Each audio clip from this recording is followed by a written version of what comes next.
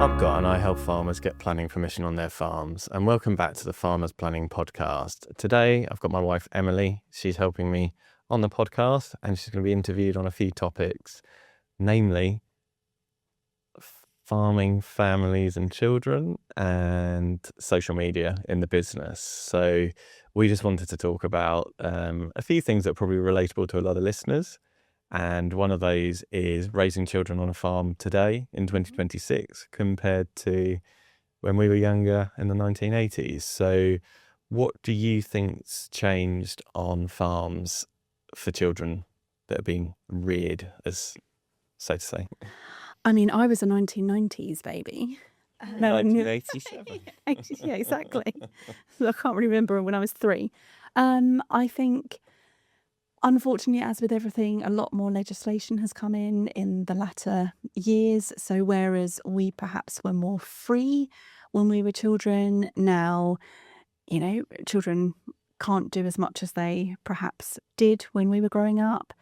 What, like sitting in tractor cabs and stuff like that? We're now, children can't go on the tractors like we used to. I think our parents were probably a bit more free with that, weren't they? Yes, I mean, I remember one of my dad's tractors didn't even have a seatbelt on the passenger seat, and it didn't really seem to be a problem.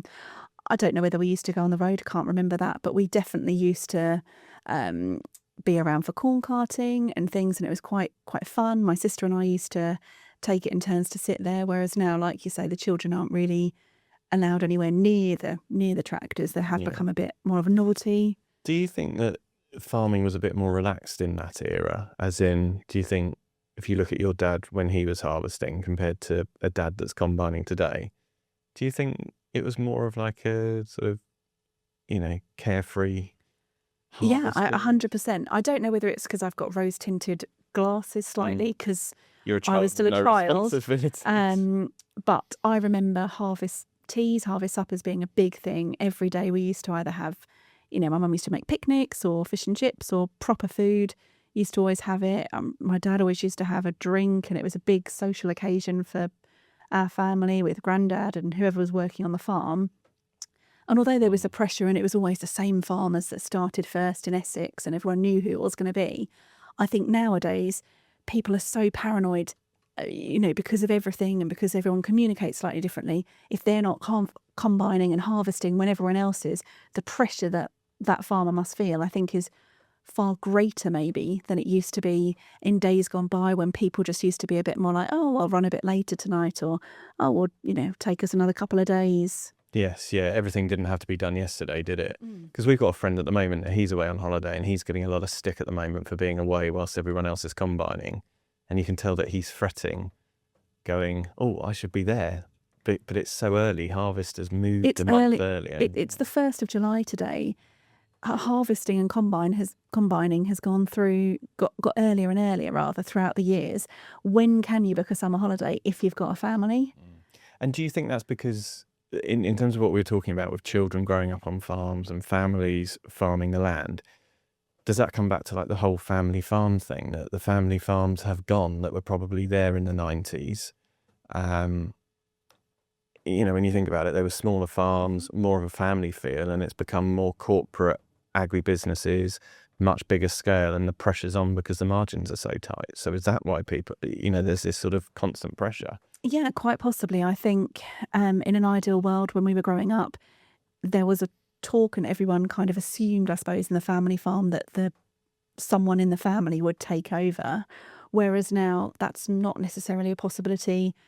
Lots of the big farms have absorbed all the smaller farms, or they're being contracted out due to costs.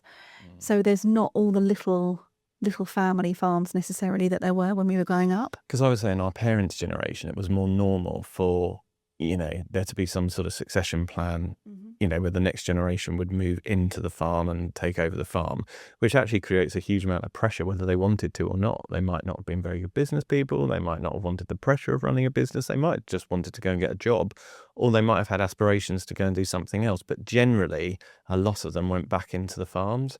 Whereas nowadays, that's not quite the case. Do you agree or not? I would agree, but I also think that, as you and I know firsthand, most farms nowadays can't make enough money purely based on the farming, so you have to diversify.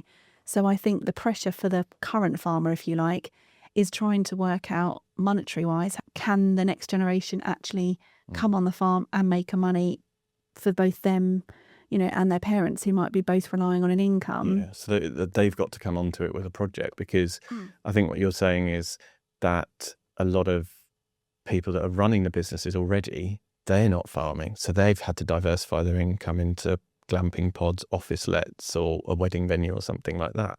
So they're already not farming. So when the next generation comes, it's more of a diversified business. And that's what farms have been encouraged to do in the UK, diversify and push away from the food production and go more into the diversification of your assets. Agreed. I think there are very few farms in the whole of the UK that are purely farms now. Yeah. Lots of them have lettings, buildings, other diversification, pick your owns, or like you say, glamping pods. There's very few that are just purely, combining crops. Yeah. So that brings me on to when we're talking about the pressure and everything having to be done quickly, so harvest, a lot of peer pressure, as well as market pressures.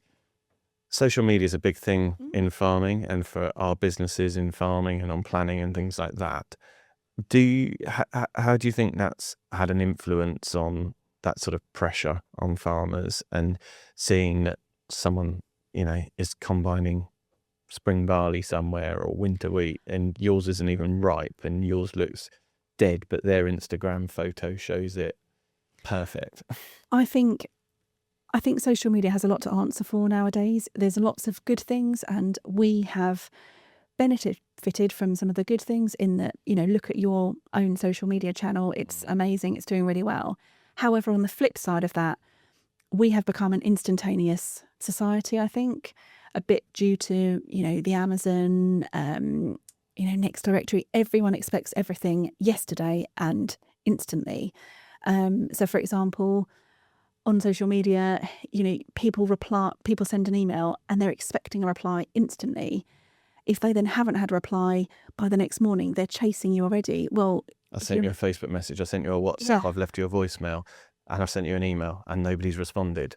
That was 11 o'clock last night. And it's now 9 o'clock and you're already being chased. And there's half a dozen people chasing you for it. Yeah, exactly. And in terms of the farming comparison, it's Instagram versus reality. I think it's the same on everything. People only put online what they want people to see online. So if they've got a great field of, barley, they're going to show that bit. They're not going to show the bit that's been eaten by the, by the crows. Or the bit their dad sprayed off by accident. Exactly. So I do think the pressure must be, horrendous, really. And even with not just actually what they've done, but things on people's farms. So nowadays, people show off what they've got on their farm. They might actually only be, having a test drive of a new tractor. However, they can showcase it on social media for, 10 reels. It looks like they've bought a £100,000 tractor. In reality, they haven't. But because you're only seeing that snapshot shot for such a short period of time, you've instantly made your mind up, well, they must be doing really well. They've got that new tractor, or they're always buying new machinery, which might not always be the case. So Doesn't I think mean they've got the strongest balance sheet, does exactly. it? You have to take social media with a pinch of salt, I think. Yeah. So that brought us on to something else that we thought we could discuss in terms of everybody sort of wanting something for nothing. There's a bit of a society which I think's come through this sort of social media reactiveness of, people wanting free advice and quick advice for free. And I just find it remarkable, because you wouldn't go to a solicitor in the day and say, I want my house conveyed for free. So why should we as a planning business give money away for free? Sorry, advice away for free? Yeah, there is, I'm sure we could spend pretty much all day on the phone to people that ring up just giving free advice away without doing any of our own work. But there's an expectation from people that you're not a business, that you're a helpline, and that they're entitled to receive help. So it's this sort of sense of entitlement as well, isn't it? Of, well, I've got a problem, so you should help me, and mine's the most important, which is absolutely fine, and we're happy to help. But you've got to instruct us before we can help. And they kind of miss that point, don't they? I think, well, like you've just said, I think people do expect everything for nothing nowadays, and they expect it done yesterday. people who have not even clients of ours yet will sometimes ring 3 times in one day just to keep asking the same question when we've actually already gone back to them and say, we're happy to help you on this, we're the experts, we've got some advice. However, you do need to instruct us and then we can act for you. And as a planning business the other day, we took a call from someone who wanted a free blog checklist that they could submit the application themselves and not use our services. I mean, and like you said, it's bizarre because the bigger the company is, the more that people almost expect that they have to pay. So, for example, you wouldn't go into Sainsbury's and try and haggle for a bag of carrots and say, well, I've only got 10 pence. Can I pay you 10 pence? Yeah.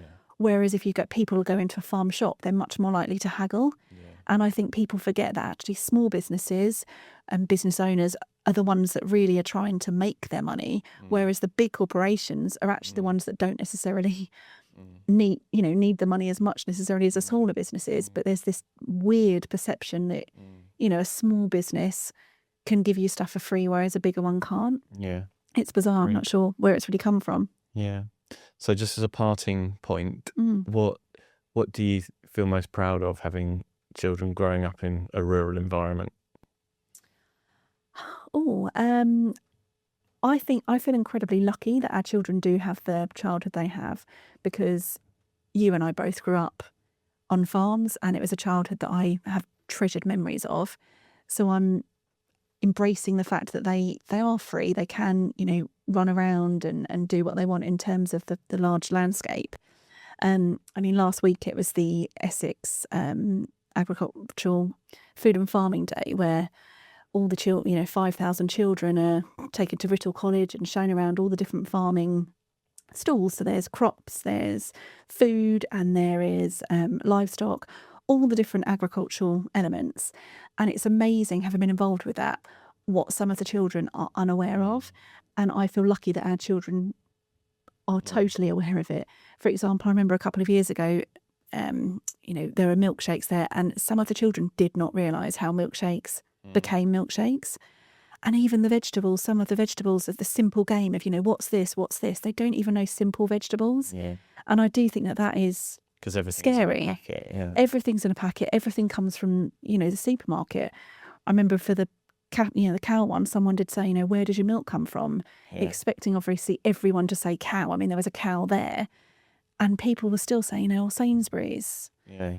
And I actually don't think the children have put two and two together to realise where food comes from, which is alarming. And I think a little bit of discipline for the children as well, sort of, when they grow up in a rural environment and they've got, like ours go and look at the sheep before school and stuff like that, and they check them, and there's a little bit of responsibility there, and they then have a bit of ownership on something. They're not just sat on a screen or watching something. I mean, we are guilty of that as well. Agreed. But they also, our children know the seasons a bit more, I think, than other children possibly. So they know, it's really rainy at the moment because this happens on the farm, or this floods. And even though we don't actually harvest anything ourselves, but obviously some of the land around us does get, combined, it's still a really exciting day.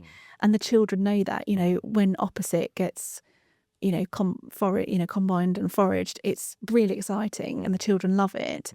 And I want them to love it rather than just think, oh, look, it's being done today, or oh, it's gone. I like them to know the process because they know that farming is in our blood and it's in theirs as well. Yeah. But I think from when you talk about it being in farming blood, you're finding that that's fizzling out, because I just think the next generation just won't be going into farming. A lot of it's going to be a lot more technical. It's going to be from iPads, and it's going to be a very different farming, automated tractors and things like that, than what we grew up with or ever knew. As our ancestors, I suppose, grandparents getting from the horse to the tractor. It's moving all the time with technology, and they'll know it in a very different, food production will be a very different world for them to what we've known. Yes, of course. I think things change all the time. Probably, like you said, if my granddad was sat here, he'd be talking about farming with his grandpa, years and years ago. I think that's just generally life. Things change all the time. You can't guess what farming's going to be like in the next 20 years. It probably will look very different. Flying drones and running iPads, basically. Yeah. Exactly. You might be able to actually almost drive a tractor from the office, self-drive tractor. I don't know, but you will, things like that. But I still think it's nice that our children have got that chance to experience the farm now as they are. Cool. Thank you.